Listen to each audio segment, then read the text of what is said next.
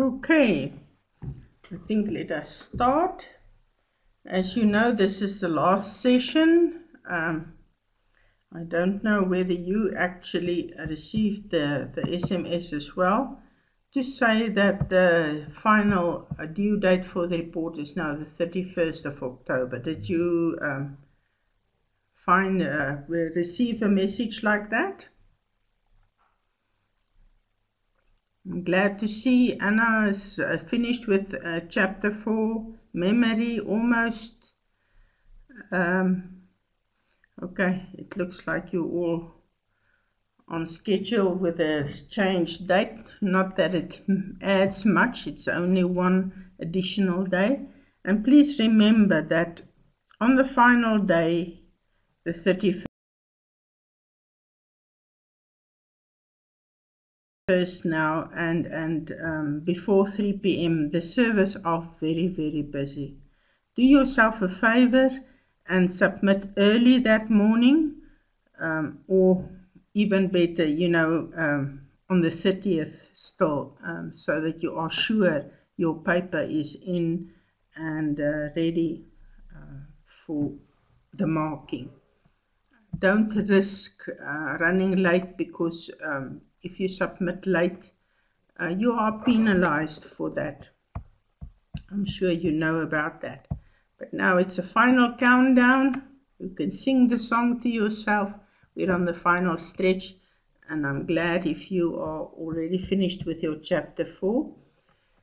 And the extent to which you are actually have done a good chapter 4, the easier and the better your chapter 5 will be. Just sort of coming back, initially in chapter 1 you looked at the marketing problem and you identified the scope of your research in your problem statement and the research objectives. The research objectives helped you think about your literature review. It helped you with your research design and methodology. The results now answered those research objectives. Now in the final conclusion, what we are doing is we are looking again at what was your original marketing problem. What were the original symptoms that you saw and the themes that you identified when you drew up your scope and your problem statement. If you look at that and how it actually evolved into your research objectives, it's easier to draw back your research objectives to a strategic level where you can actually answer the problem statement in chapter 5 during the conclusion. Okay, so again, just to emphasize, chapter 4, you looked at the results and you basically answered the objectives. Now in chapter 5, we are pulling up from the detail. We had all the particular detail in the chapter 4 where we answered the objectives. Now we're pulling it back up to the strategic level that you had when you actually identified the marketing problem and decided on the research scope. And based on the results, then they help you answer the problem statement. So it's like a gift. You've done all the work now, and now you just wrap it up and make sure everything is all right. Good. So what we are going to do quickly first is to review your chapter 4. This is everything we've done on the last session, but now is an opportunity for you to mark your own chapter 4 and just to make sure that you are online with what is required. If you have any questions, please pop up and we will discuss it. Okay, your basic headings for chapter 4, introduction, demographics, the actual response rate, etc. And then your discussions per objective. You can use the keywords from the objective as a title for that particular subheading for the objective. And if you have used more than one tool, then you can decide on the sequence that you want to discuss it. Say, for instance, doing the survey results first, doing the interview results, and really checking if there is any similarity or difference between the questions that you may find in the survey and the interview results. Most often we interview the management people to understand why they made certain decisions and why do they choose specific marketing approaches. And sometimes the survey results is from the employees or from the customer, and you may find that there's a difference of perspective between management and the employees or the customer. And that is very important information that we want to know. And then finally, you do the summary for the objective. That is very important. It needn't be long. It can only be a paragraph or two.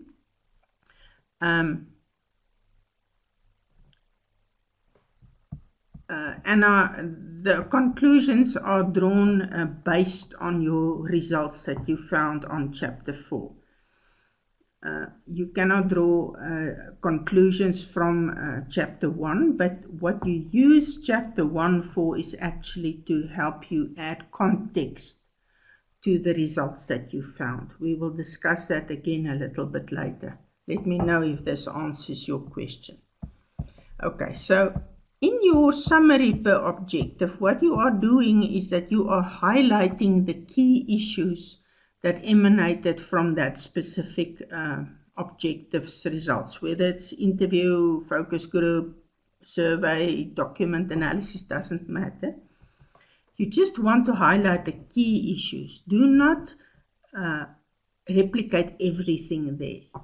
Say, for instance, you found a discrepancy between the survey results and the interview results. That is what you see as a key issue that you will highlight in the summary. Or if you looked at the previous examples that we had where the TV advert said, too many TV adverts, but don't take it away. That type of sort of anomaly that's weird, that we would expect a different answer from. That is what you actually look at for your key findings. And it's very handy, these key findings, because you actually use them in your summary for the chapter to explain to what extent your objectives were answered, and you use it to actually integrate into chapter 5 to come to a conclusion regarding the problem statement. And if you have done a proper summary of each objective, it's very easy just to go out and copy and paste that little summaries on one page and really look at them to inform your chapter 5. Chapter 2, objective 2 is then the same. You give the keywords of the objective as a title. You discuss the results from your various population groups or various data gathering, and so on and so on. Again, a little summary, and so you go on depending on the number of objectives that you have. In the summary of the chapter, you will then basically just say to what extent was the objectives answered or not, and what will you take forward to your chapter 5. A little bit more detail, but basically we've done everything. Just check yourself. To what extent have you done the following? Did you give a brief overview of what the chapter will cover? Did you copy and paste your research objectives from chapter 1 here? I know you had them in chapter 3, but give them again in chapter 4. You have to be very kind to your examiner. Save them some paging backwards and forwards because they are under pressure to mark quickly. And if they see that you really make it easy for them to understand what you are saying, it's so much easier. Response rates and demographics. We will look at examples again. Did you actually say how many people answered the survey? Say for instance only 10 responded, and you start using just percentages, and you say 50% of the sample said. 5 people is quite different from 50 people. So it's very important to understand the number, the actual number and the percentage. So that if you look at the percentage, you can place that in context regarding to the actual number of respondents. Same with how many people were actually interviewed, document analysis, etc., etc. Focus groups, demographics. If you gathered such data, then again you must actually say for instance you asked about the gender, how many men, women, and you have to comment on how does that compare to the actual population that you targeted. How many from each level, say for instance you did a stratified sample within the company, how many on the management level, how many on the supervisory level, how many on the floor employees, etc. And again, is that almost the percentages, is that relevant to the actual population spread that you have in the company? And you give a little discussion regarding that. Then when you actually get to the quantitative data and to certain information, the qualitative data as well, we have a sequence in how you analyze the data. First of all, you just structure and organize it, say for instance in a spreadsheet. And from the spreadsheet, you can then actually organize it further into pie charts or bar charts that show you the trends very clearly. But that is not enough for the results chapter. You actually have to interpret the meaning, add meaning, that context that comes from your original question and issues that you identified in chapter 1. Like Anna asked, that is where you actually go back to your original questions in chapter 1, but also the way that you actually worded the question in the survey, etc., etc. Okay, so you organize the raw data in trends. That's where you put it in the Excel spreadsheet and you look at the frequency analysis. You draw the graphs and then you discuss the trends. Please avoid duplicating statistics.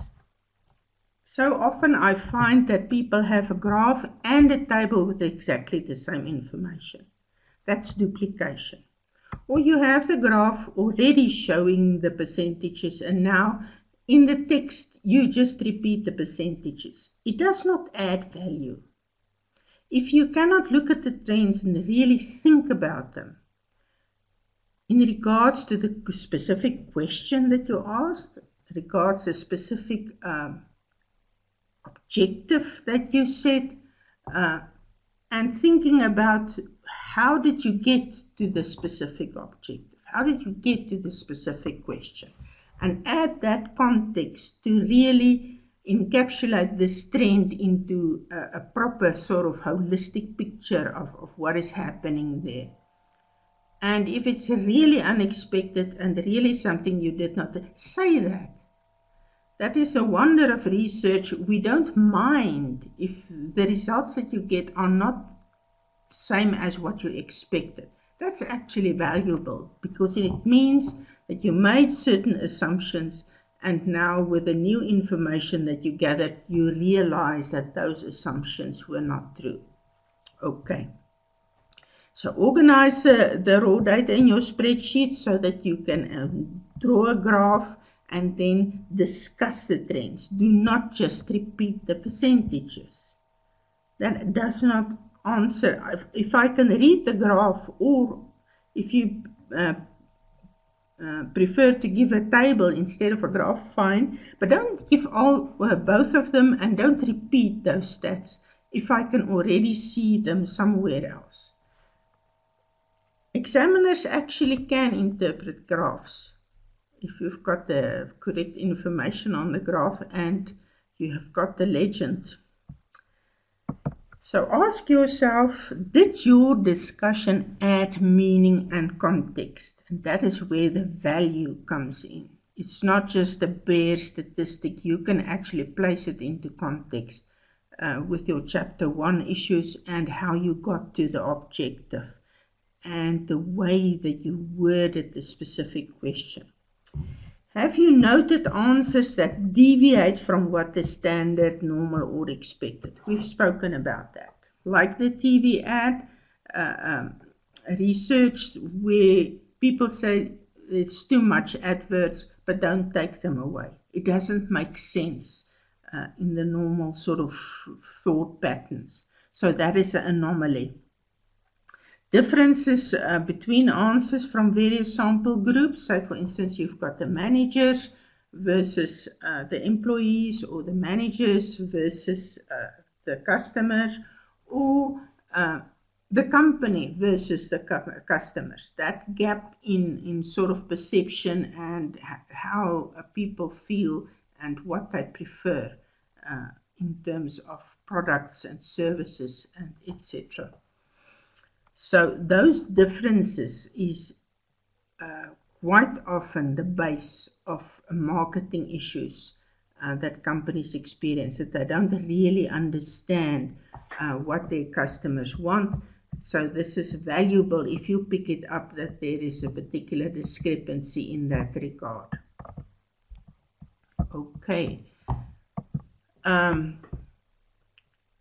And then, as we explained in a little summary for each objective, make sure that you highlight those key objectives. It's much easier then to consolidate it in your chapter 5. Okay, so if we start from the beginning, to what extent have you indicated the return rate, the actual number of respondents for each of the populations or tools that you gathered, and that you then give the percentages?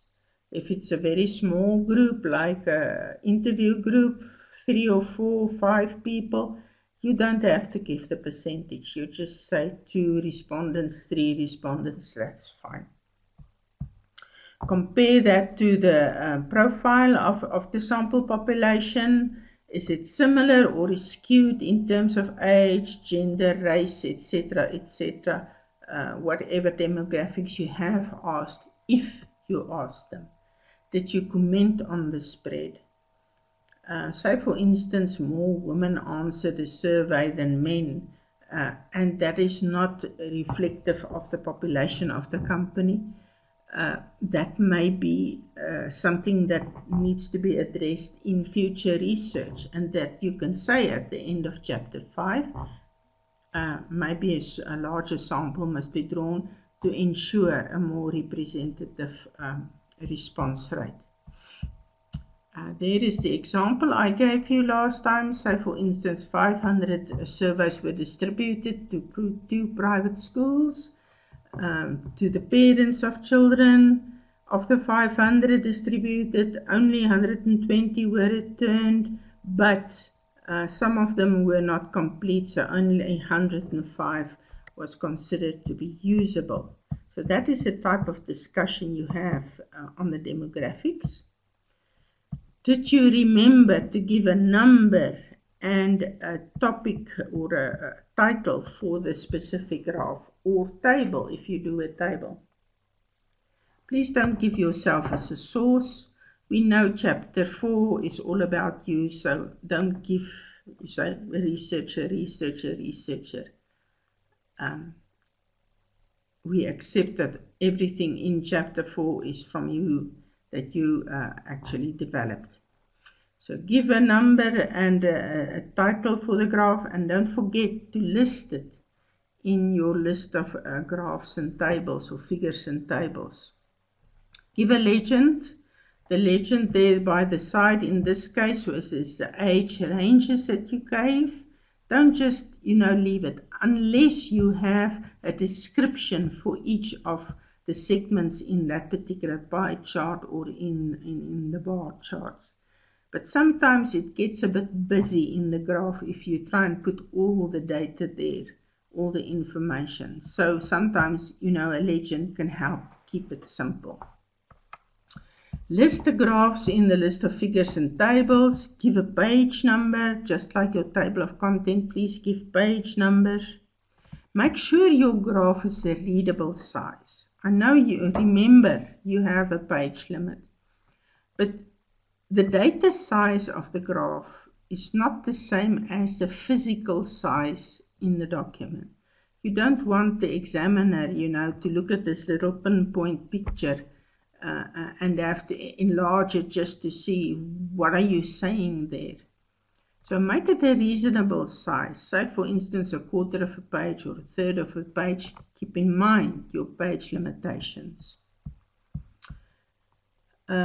Remember to look for differences between the answer of various sample groups. Discuss what the trends in the graph say about, first of all, the question.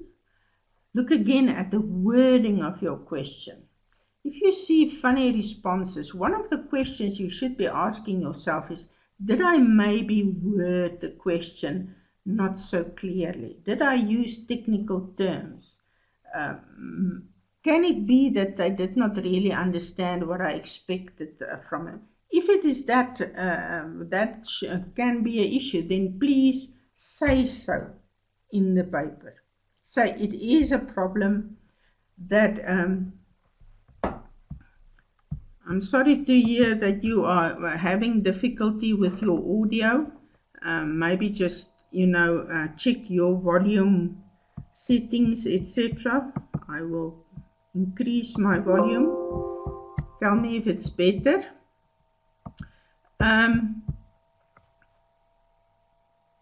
Okay, we were talking about if you find funny trends responding to your question where you may not be sure that they understood the question correctly. If you think that is a problem, please state it in the research report. And that is something else that you may then use at the end of chapter 5 to say this is something that where the research design needs to be improved.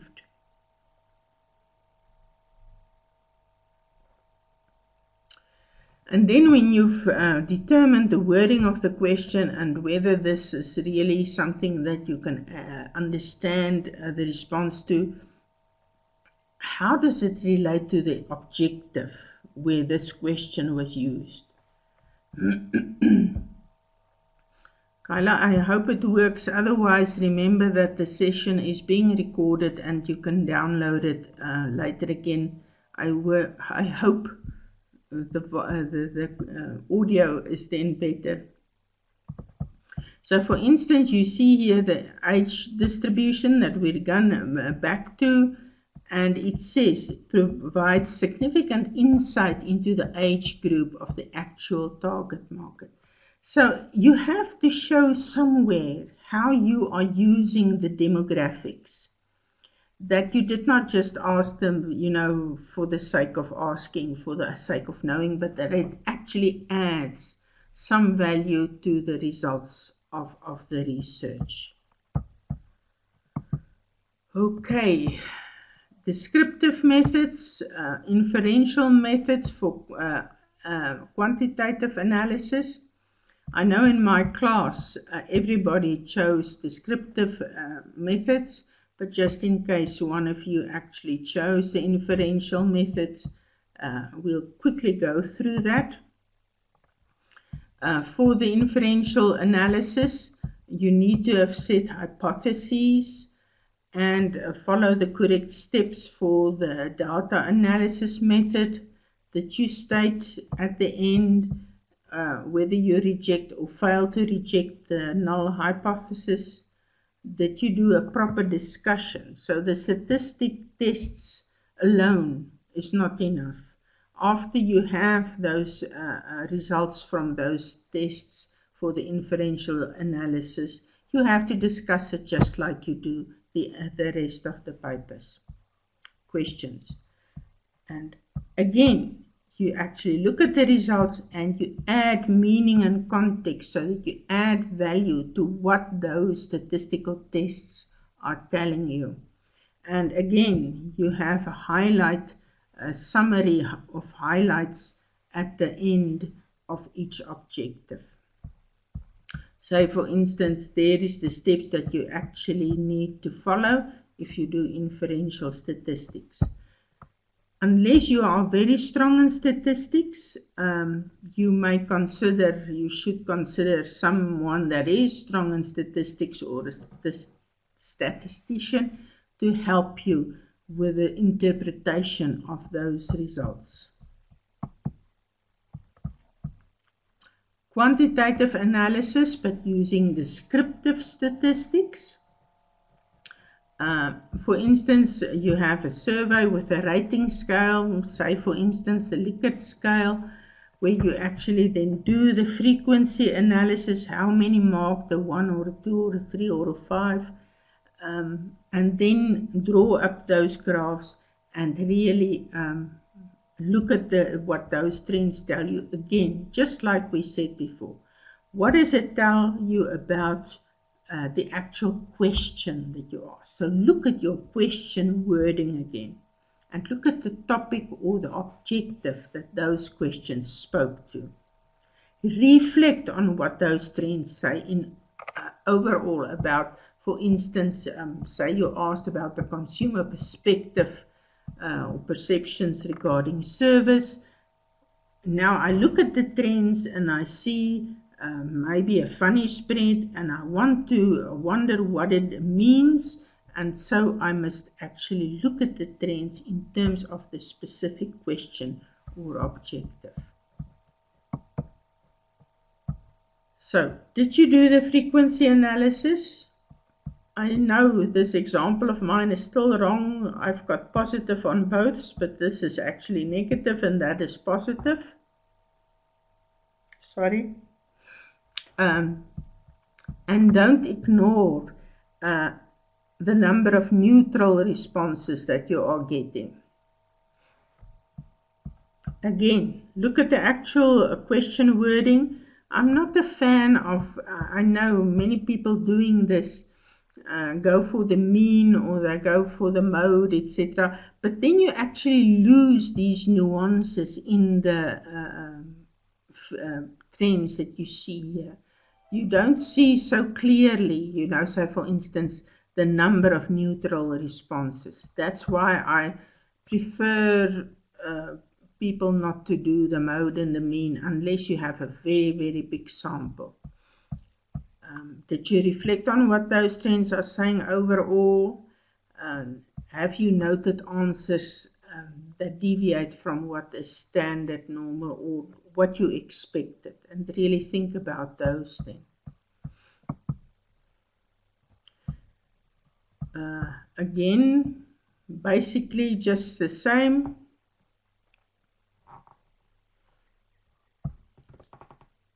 Comparison of answers between different sample groups. So for instance, you have the management and the consumers, or the management and the employees, etc. What do I see there that is different between the two sample groups that maybe can help me understand where the gaps in perceptions originate from. So this is a very funny graph where you have a very even spread and one has to ask why. Was it perhaps that this was a phased-in marketing intervention that only part of the company participated and the rest didn't know about it? That's one example. So again, you have to think, why do I have this funny spread in this particular graph? Again, you can, if you have a lot of questions, you could put the graphs of different questions on one graph. Don't put too many on it. Then it gets very confusing and the actual graph is very, the bars are thin and they're very close together. It's difficult to see exactly what goes on. But if you have more than one question on a graph, I wouldn't put more than 4 or maybe 5 on the same graph. Remember to number the various questions. And then remember to give a keyword there so that one can see immediately what each question dealt with. So you see the question numbers and the brief titles per question below each of the sections. But discuss each question on its own. You may find maybe 3 or 4 questions that's very even spread, all positive, all negative, something like that. But then you may find some anomalies and you have to show that and discuss that overall. So go through the data carefully, look at the frequency, note the various issues and themes. We're at the qualitative now, it's the interviews.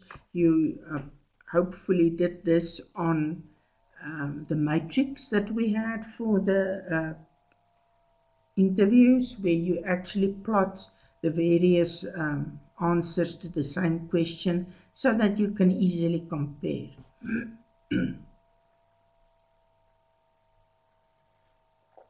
Just like in the quantitative study, you go through the data carefully. And now you can again look at the frequency with which respondents agree or disagree. Remember, now you only have, say, about 3 or 4 people that you interviewed, so it's easier to pick up. But what is important is what are they agreeing or disagreeing about. What you may find is that people from different departments in the company have very different perceptions. Say, for instance, you interviewed the financial manager and the operations manager and the IT manager and the marketing manager. All of them will focus on their individual disciplines. So if you read their responses, you must understand where they are coming from. And that is important if you have such a varied interview group. Read their concerns from their specific disciplines, etc. But also look at themes. Maybe, operations and finance may raise concerns that marketing did not regard previously. So again, you pick up themes from what you normally would expect, but then maybe coming from a different discipline, that particular manager raised something else. Overall trends, are they overall positive or negative or spread evenly? So you can say 2 out of the 3 feels this way or something in that line. Consider what is that indicating about the specific objective and the topic, your problem statement that you have in chapter 1. Then critically discuss the answers in relation to other tools. That's what we said. If you have perhaps an interview and you have this survey, you can see if there are similarities or differences in opinions.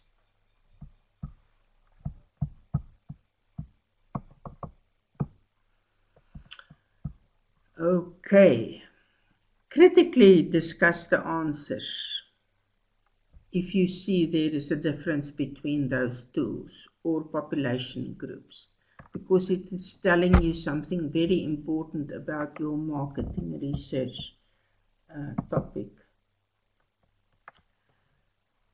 So basically your discussion must be per objective.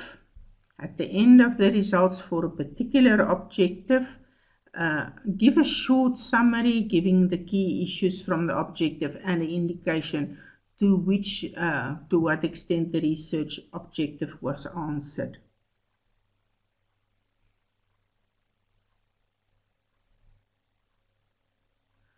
Okay, Kayla, the proper measuring instruments must be included in the appendices, whatever you used as data gathering tools. If you used a survey, a copy of the survey must be in the appendices. If you used interview questions, the set of interview questions must be in the appendices.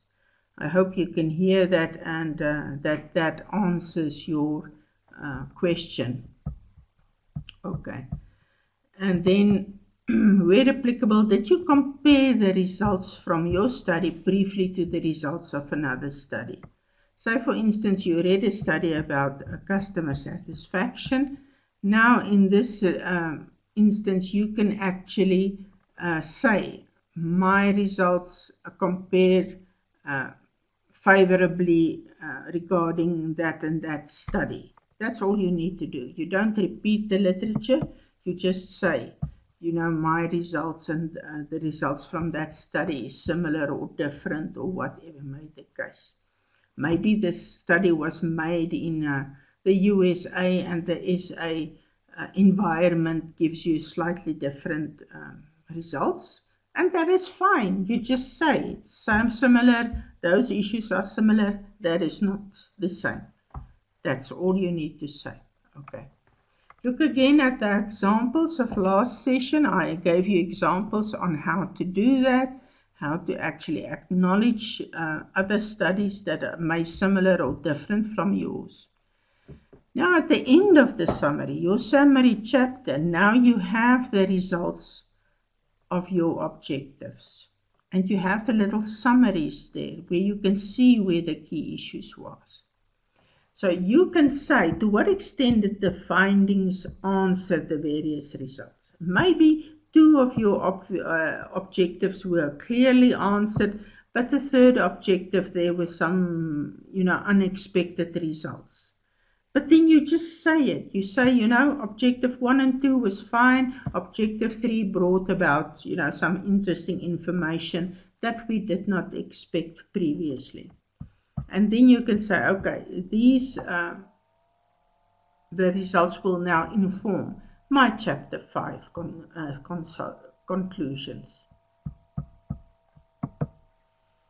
Okay, everybody happy with their chapter 4? How did you do on your chapter 4? Do you think it went well? Do you think that you have solid sort of results from your field research? Because, as we were saying, Walter, you will know this picture now very well. Chapter 4 and 5 is actually the proof of the pudding. How the extent to which you did a proper business case and actually identified the correct problem and set a proper problem statement and objectives. The extent to which you actually read the right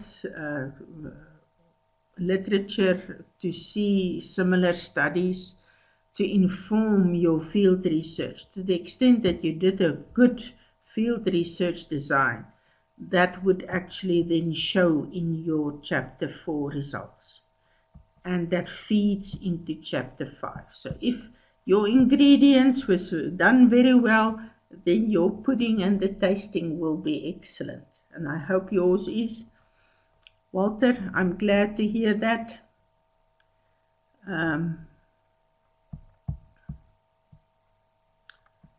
Okay, Zama, I'm sorry to hear that you have trouble logging in. Remember that these sessions are recorded.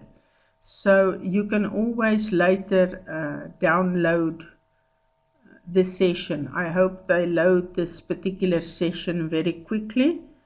I will remind them to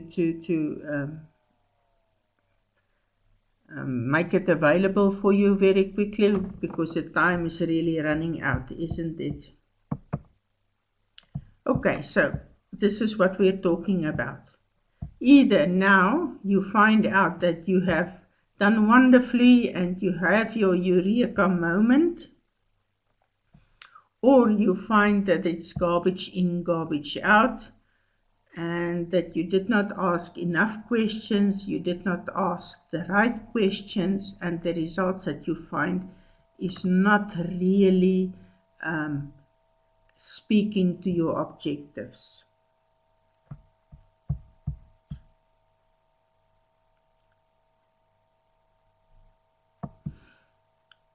On the appendices, we need to, Kayla, I'm just reading this. On appendices, we need to include the research design templates. Column that says data analysis, descriptive, etc. It's just you make a comment. You see, look at that particular objective and you decide whether, but that is in your research design chapter still, okay? There you should have just made a note to say that the data that I'm gathering for objective 1 is descriptive, quantitative, or it's qualitative. And then for objective 2, it may be the same or it may be different. Say, for instance, objective 1, you targeted management, and objective 2, you targeted the customers. The tool that you used actually determine what kind of data that you will gather, quantitative or qualitative. And if it's quantitative, you have the choice between descriptive and analytical. Okay, let's move on. So now you have done your chapter 4, you've answered your research objectives. Now this feeds into your chapter 5 so that you can answer your problem statement. Headings, typical headings for chapter 5. Introduction, link back to your original chapter 1 marketing problem statement. And then you refer to the findings in chapter 4. But it is very important that you don't keep on repeating results from chapter 4. Chapter 5 is now the final conclusion. You draw it up to a more strategic level to answer the problem statement. So in the research conclusions, you discuss and answer the problem statement by actually now thinking about your different summaries, the key issues that you found for each of the objectives. And across the objectives, not per objective, but now across objectives, look at what those results tell you about the problem statement. Because the problem statement, you remember, we first drew up the problem statement. And then we looked at the keywords in the problem statement and then broke it down into doable research objectives. Now you go in the opposite direction. You now take the results across the objectives and pull it up to your problem statement so that you on a strategic level can answer the marketing problem that was stated in your problem statement. And then you have the recommendations. The recommendations, not a wish list, absolutely emanating from your results. The key issues that you picked up per objective, those little summaries that you make, those are the focus areas for your recommendations. And you should not have that many recommendations. And they should be just short and sweet. No long discussions, no long things.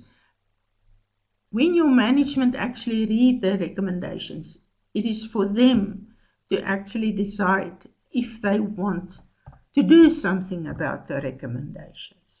And only then will they draw up a project team and a project plan, etc., to do what you are recommending in the recommendations. So this is short and sweet, okay?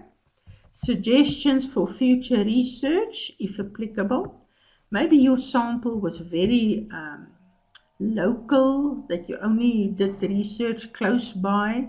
Maybe your recommendation can be to expand the sample more geographically even over the country, and then see what are the types of results that you get, or if you see that there were some of the questions that were worded not so well, or some of the questions that you did not ask that you should have asked, that is part of the suggestions for future studies.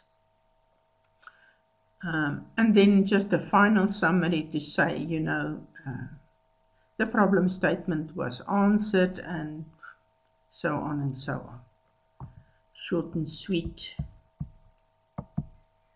Okay.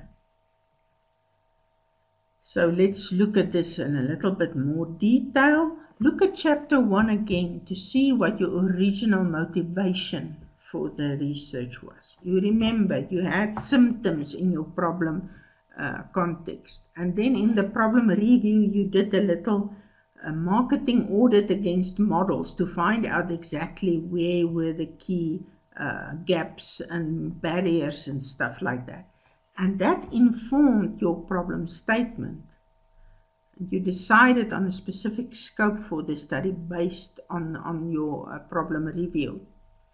And then the statement was worded very specifically to encapsulate the key concepts that you want to look at. And that was broken down into your research objectives. So look again, what was your original motivation for the study? What was the original problem statement given in chapter 1? So again, you now don't talk about the objectives and specific results anymore. You look now across the objectives to see where are the key issues that should be addressed in the recommendations. So, and then you can actually look at how these results compare to what other researchers found. And again, you don't have to repeat, don't redo the literature review. Keep an eye on your pages as well, please. You can just say this trend is similar to what Smith 2009 found in his study on, say, customer satisfaction. If they want to know more about what he wrote, they can go to your reference list where you listed this source, and they can go and read his article. Okay? And then, what new and additional information and knowledge have you added for your company? Maybe you made assumptions regarding what the customer wanted in terms of green or organic products, and now you found out no, they might talk green, but they're not necessarily going to buy green. And that additional and new information is very important for your company when they draw up a strategy focused on that particular target group. Body of knowledge on this level, honors level, not necessarily, but sometimes it does happen that it covers an area, maybe South Africa versus the US, that has not been done before. So if we look at the example of chapter 5, this is example 1. The chapter draws conclusions, make recommendation on how viewership is driven by a balance between programming, airtime, sales, channel promotions to keep the audience entertained. And the conclusion then is a discussion of the results across your objectives. Viewership is driven by a number of factors. Each element adds value to keep them entertained. It's a challenging task, mammoth challenge, etc. The problem statement says viewership is driven by a balance of all of these. The statement in this regard is shown to be true. That's another wonderful thing of research. It doesn't matter whether your statement is true or not, or only true in part. They just want you to come to a conclusion on to the extent that this problem statement is true or not true, or true in part, because then it shows that you've learned something about that particular problem that you set. So it's clear from the studies that to drive so and so and so, and you see all discussions, you don't see specific data from chapter 4, you don't see specific information per objective, you see a consolidated strategic discussion similar to what you started with in chapter 1. Okay. Then for this particular example 1, your recommendations would be then very much in line with what your findings were in chapter 4. So your chapter 4 findings informs the recommendations that you make. Those little summaries that you make per objective, the key issues from them, look at them and pick the few most important ones from them for recommendations. I wouldn't go past 4 or 5 recommendations. Say, for instance, create entertaining advertisements, entice the viewer, planning coordination. You can see the type of, and it's not pages and pages, just brief 1 or 2 paragraphs just explaining what you are referring to. No action plans, no wish lists. It's not Christmas yet. Okay. Example 1, continue. If we then look at further research, if it is applicable. If you don't have to say, have anything to say under future research, just leave it. Summary, let's look at examples of future research. How do we use technology? How to keep the millennials engaged? How to effectively utilize social media? That is a type of issues that was not dealt with in this particular study. So it actually creates scope for further study as an add-on phase or for somebody else to do.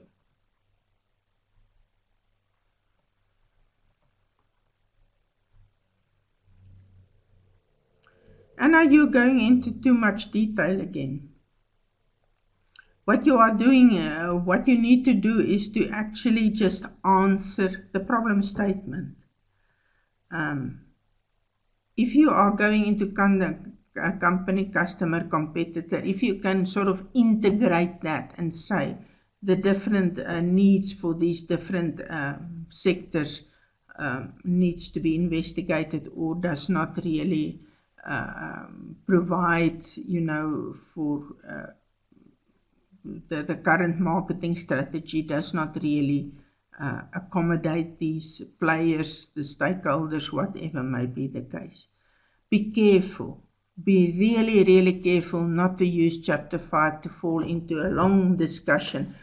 If it wasn't mentioned in chapter 1, in your run-up to the problem statement, if you did not pick that up in your problem review, if you did not include that in your research design, in your questions, don't pick it up here.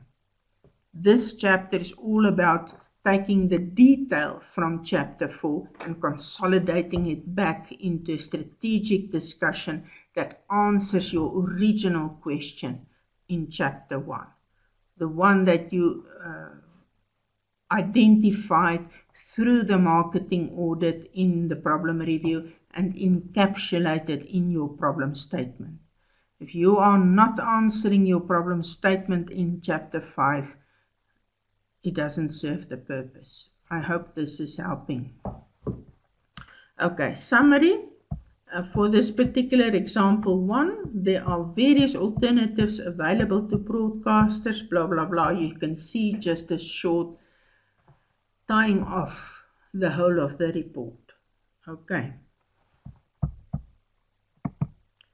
Salma, I see you typing, but I'm not seeing the message, so I hope it comes through sometime. There's another example of chapter 5. Let's just look at it. The problem statement for this particular research study was: current marketing approaches must be aligned to target market perceptions and needs in order to improve new product launch success rates. Now, what happened in this particular case study is that they developed a new product, but what they did is they just used their current marketing strategy and activities that they use for all of their other products.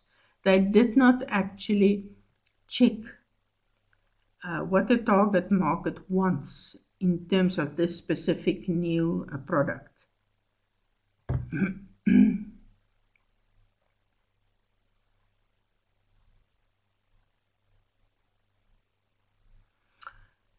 Zama, I can tell you now that was a error in the learner guideline.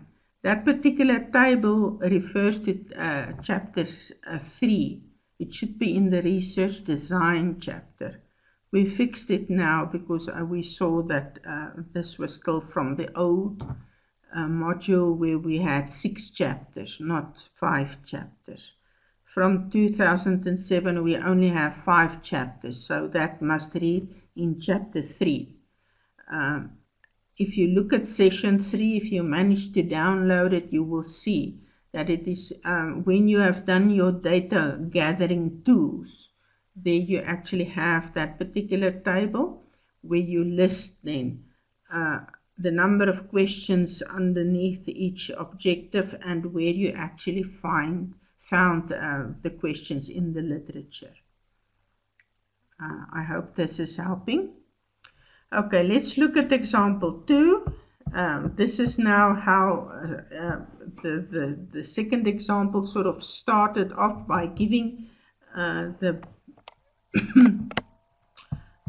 problem statement and then the conclusion. Remember, the conclusion is basically now the discussion. And it picks up consumer perceptions of what green products are, and they say, okay, what is this? And then from the research findings, it's apparent that the company was correct in their assumption that the majority of consumers exhibit pro-environmental behavior and will be willing to switch to green products for the health and safety of their children. But look now at the next part. However, the company has not foreseen the discrepancy that emerged from the consumer's pro-environmental behavior and actual commitment to the cause. It's easy to talk.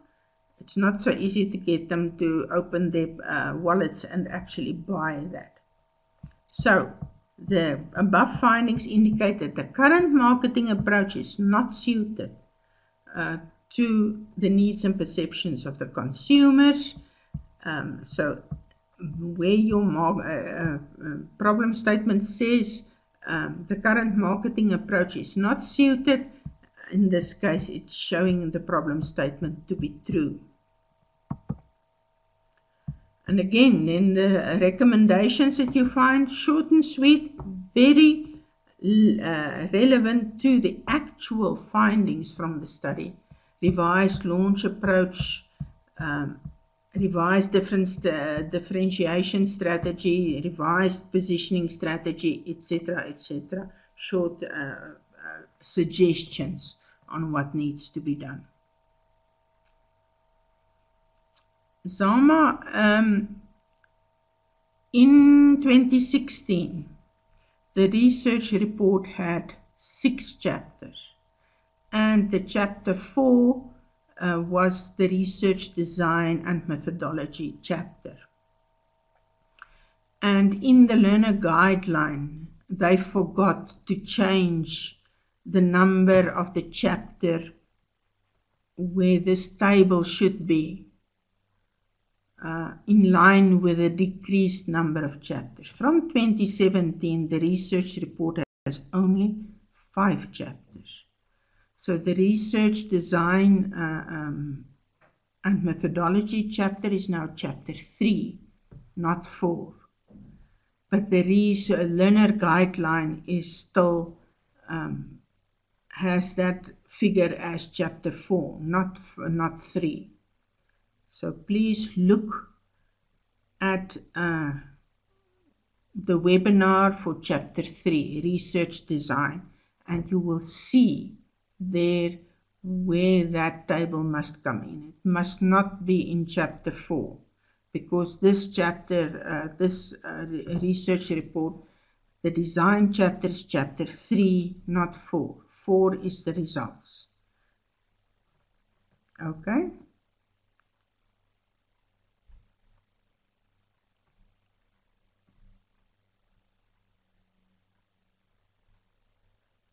Please look at the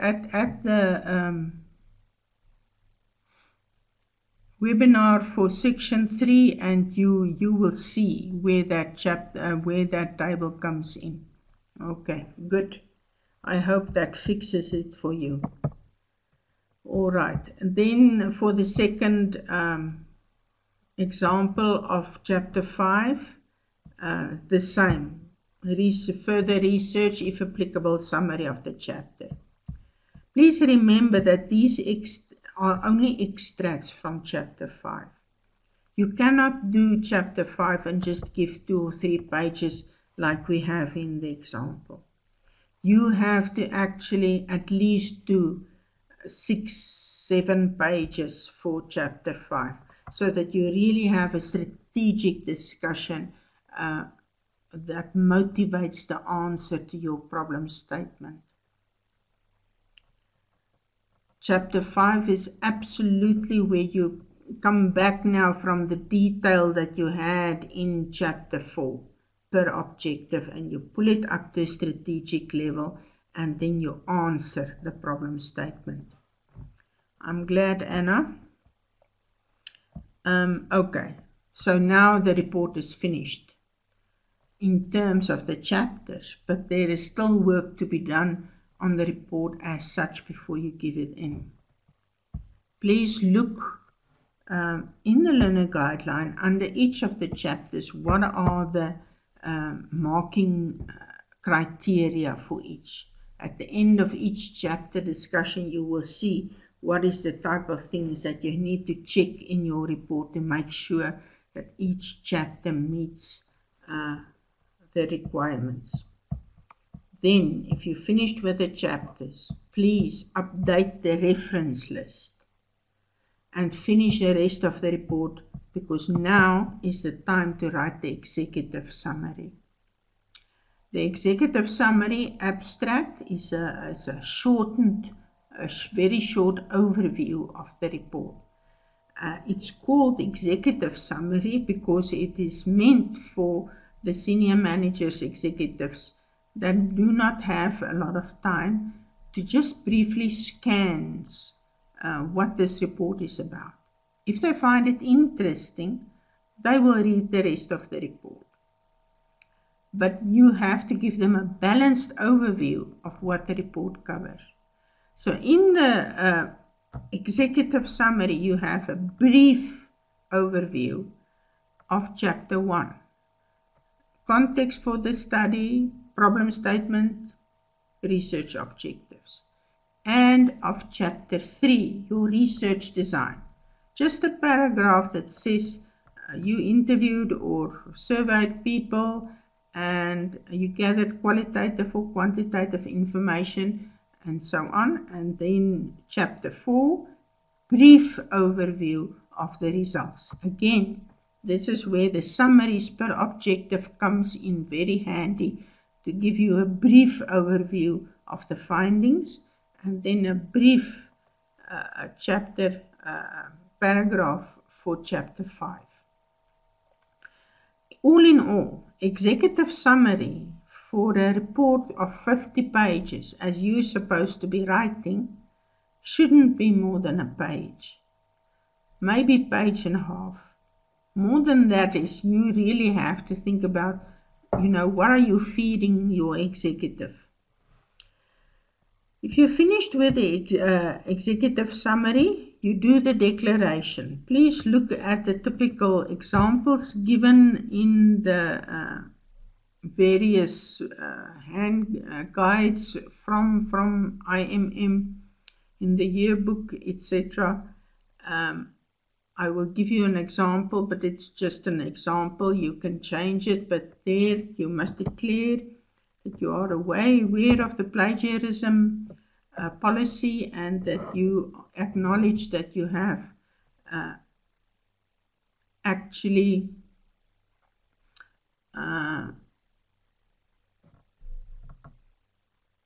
referenced and cited all of the sources that you used, that you did not commit plagiarism, that this has not been published in or sent to any other college, etc., etc. Okay, acknowledgements. This is optional whether you want to do that. Maybe you have a very, very patient family that's been sitting around while you were studying, or you had people at work or at IMM that actually assisted you. That is what the acknowledgements is for. You have your table of content, you have your list of figures and tables, and maybe you have a list of abbreviations or terms that you used in the paper. And then finally, at the end of your report, the updated reference list. Do yourself a favor and print the reference list. And then by reading your paper, just cross off, to make sure that you have actually listed all the citations in the document, and actually vice versa as well. And please study your Harvard guidelines as you go through the citations and through the reference list. I'm marking other papers, and it's heart-rending to see how much marks people are still losing just because they don't study the Harvard referencing guidelines. It's incredible that people are willing to do that after they put in so much work. Okay, that is the finish of the report. Please read again the postgraduate assignment requirements. There you may find stuff like the first pages up until chapter 1 should be in Roman numericals, and the other pages should be in normal numericals, etc. Check your font, Arial 12, spacing 1.5, not 1.15. Check that the text is justified. Check the page numbers, etc., etc. So those technical details, you know about the negative marking. There again, your executive summary, as I said, brief overviews of chapters 1, 3, 4, and 5, and the executive summary should be less than 1 to 1.5 pages, and it comes before the table of content. After your title page, you find your executive summary. After the executive summary, you find the declaration. Here is just an example that you can look at. You can look at other examples as well and then draw up one. But this is the essentials of that. Acknowledgements, assistance, support that you received. Table of content, please make sure that you do the table of content. Look at your handbooks for a good example, or even the learner guideline table of content on how it should be done. Remember to add a list of tables and figures after the table of content. Remember to add the page numbers to all the lists. Remember to add the numbers of the headings and subheadings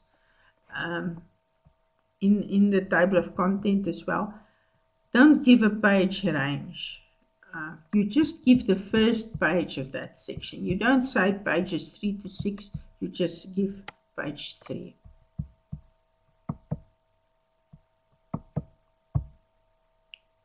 Okay, overall quality and technical checks. There it is, title page with your name, with the student number, with the actual title of the research, that it is part of this particular IMM qualification, text formatting, page numbers, executive summary and declaration, table of content, a list of figures and tables, correct headings in your chapters. Make sure every chapter starts on a new page. Just page through your report and make sure that there is not a heading that sits at the bottom of a page. Correct headings, properly numbered. Citations in the text, only IMM Harvard method. Copy of cover letters and data gathering tools in the appendices. Don't scan in a picture or whatever, just put the tool there.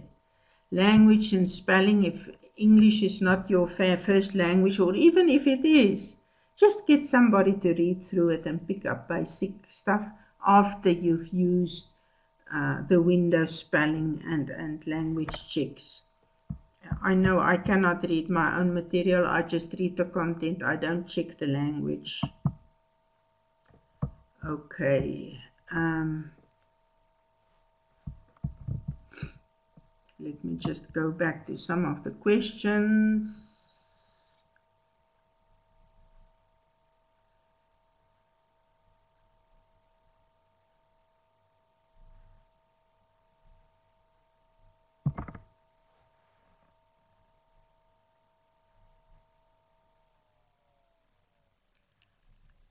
Just check the spelling of your authors' names, please.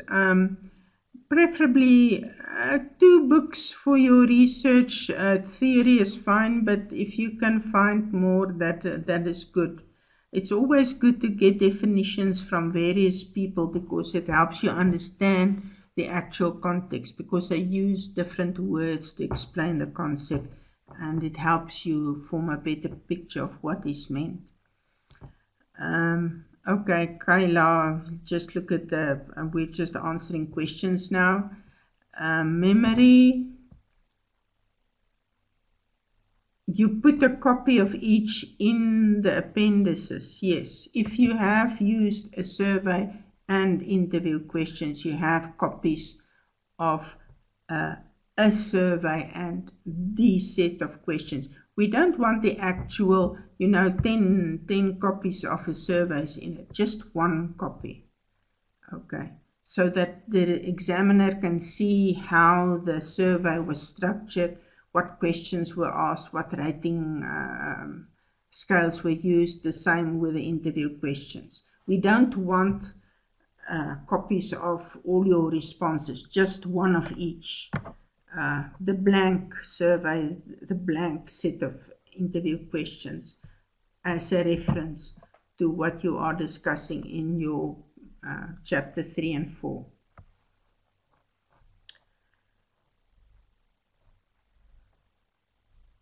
You can just type out the survey in a Word document, please, Alma. I hate those screenshots because they make the whole document very data intensive and it serves no purpose. I would be so glad if you type it over in a Word document. Okay, let's just look at your negative marking structure and grammar. This is in your postgraduate tutorial letter. You lose marks, spelling, grammar, syntax errors if you use US English, for instance, with organization with a Z and not an S and stuff like that. If you have table of content errors, like you are missing sections, you are just giving the titles of the chapters, not the subheadings under it, or you are not numbering the headings and subheadings in the table of content, or you don't link it to pages. Same goes for the list of diagrams and tables. Formatting errors, that is the fonts, not Arial 12. I know many people think that we don't notice, but you try and save pages by changing the font to 11. Don't do that. or decreasing the spacing from 1.5 to 1.15. It's very visible if you're marking papers late at night, I promise you. Or if you don't properly number your questions. In your yearbook, there's a lot of guidelines. Layout and flow. They talk about questions, but it's actually your chapters. Please don't start sections in one chapter on a different page. You are wasting pages. You only have 50 pages for the body of the report. Please remember that. Just proper logical flow, one idea to the other idea from general to specific, etc.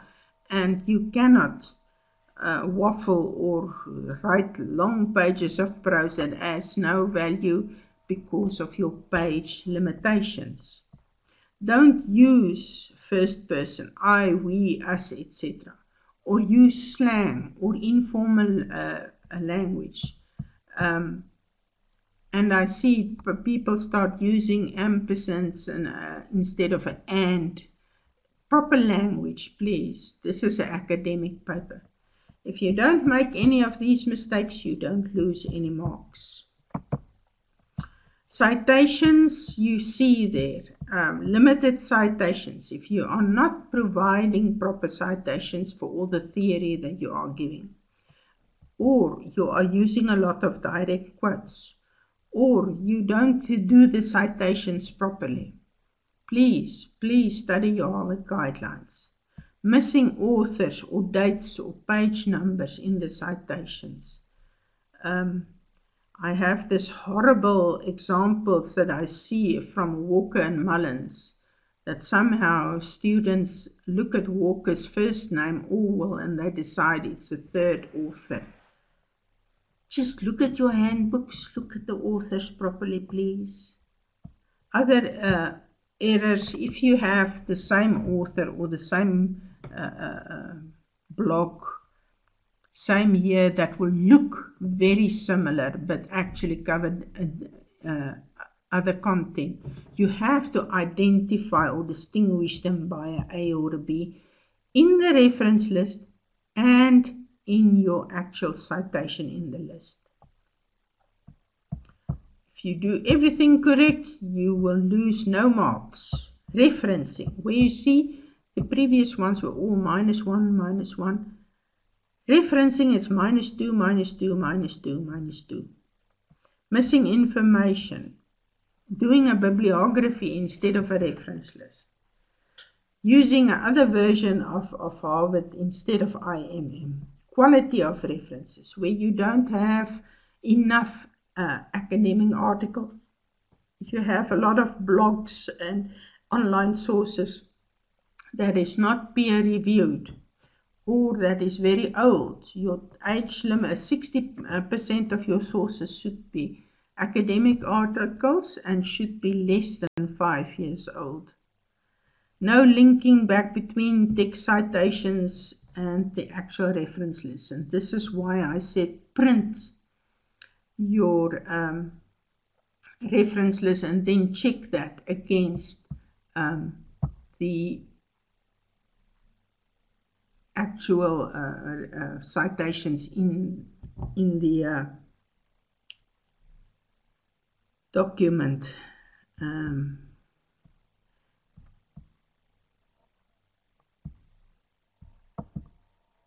Again, Zalma, if you actually take screenshots, please go to your formatting button on Windows and decrease the data size of those screenshots.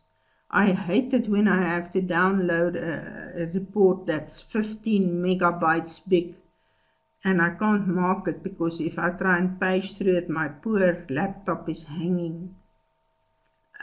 I hate screenshots. I hate pictures that's not data size has not been decreased.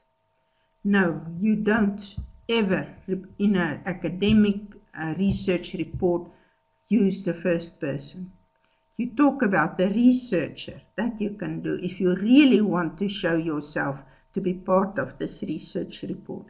but actually in chapters 4 and 5, everybody knows it's your work, and your design in chapter 3 is your work, because your name stands on the title page. This is all your work. It's only when you use literature that we know it's not your work. If you say, I have decided to go back to the previous slide, just there, using the first person, -1. You can try it, but you will lose marks.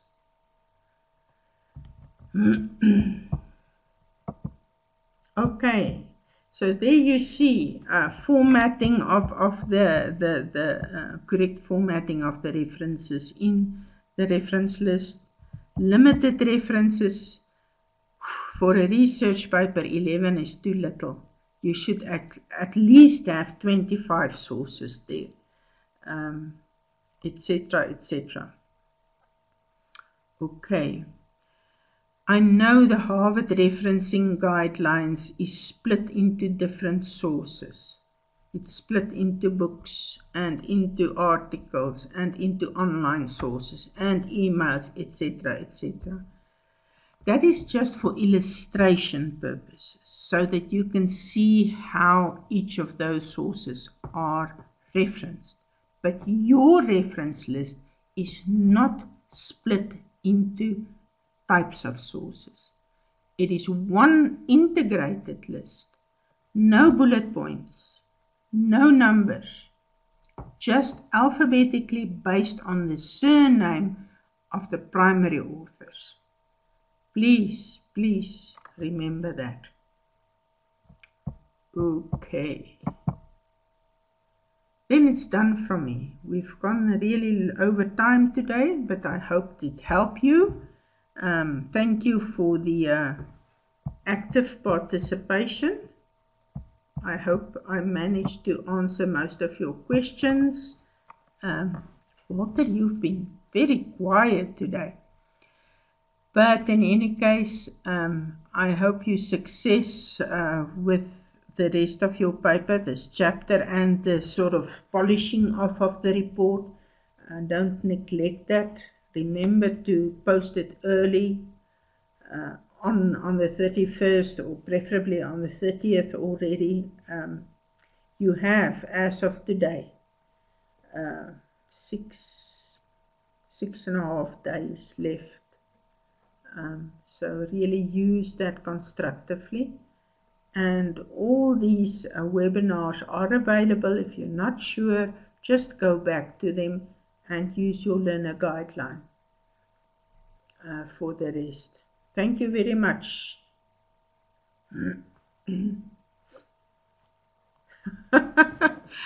Yeah, see you next year for Masters. Okay. I'm glad to see you so motivated, Walter.